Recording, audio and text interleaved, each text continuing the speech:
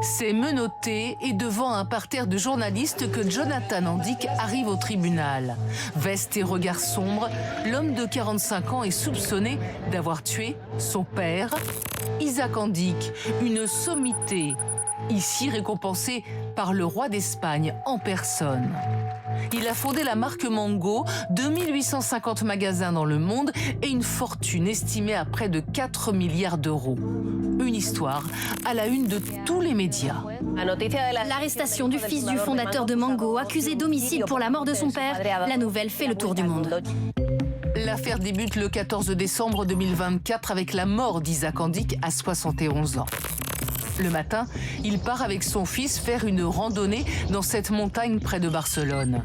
Un parcours facile de près de 6 km entre la grotte de Salitré et le monastère. Les deux hommes l'ont souvent emprunté. Ici, le sentier est très étroit. Jonathan marche alors devant son père. Il se retourne et affirme le voir chuter 150 mètres plus bas. Un mois plus tard, en janvier, l'affaire est classée. Un accident, selon la justice. Mais en mars, le dossier est rouvert pour entendre plusieurs témoins. Suit un coup de théâtre. En octobre 2025, le fils de la victime passe de témoin à suspect.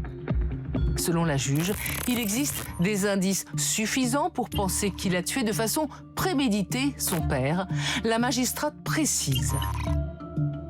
La raison principale de leur mauvaise relation était l'obsession de Jonathan Andik pour l'argent, au point de demander à son père une avance sur son héritage de son vivant.